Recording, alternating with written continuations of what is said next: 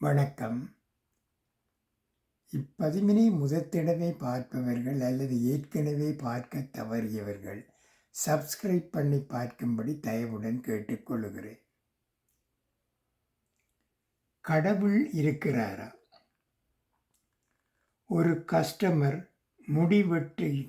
முடிவெட்டவும் தன்னுடைய மீசையை ட்ரிம் பண்ணவும் ஒரு சலூன் கடைக்கு போனார். அங்கே இருந்த முடி திருத்துபவர் அவரோட பேசிக்கிட்டே தன்னோட வேலையும் பார்க்கிறாரு.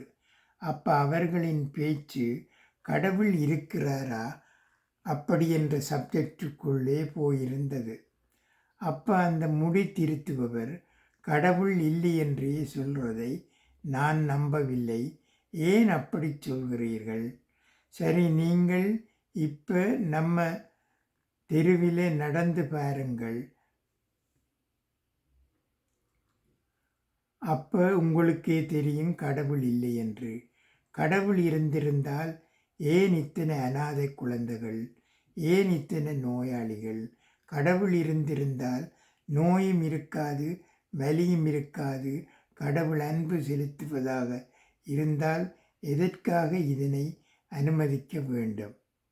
இதற்கு பதில் சொன்னால் அது பெரிய வாக்குவாதத்தில் வழிவகுக்கும் என்று அந்த கஸ்டமர் பதில் எதுவும் சொல்லாமல் கடையை விட்டு வெளியேறுகிறார்.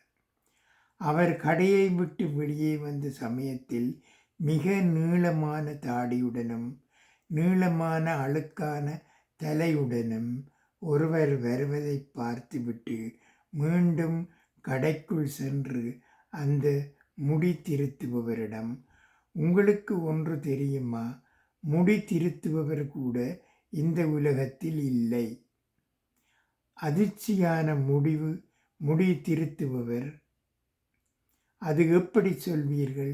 நான் இங்குதான் உள்ளேன், உங்களுக்காக, உங்களை அழகுபடுத்துவதற்காக நான் இருக்கிறேன்.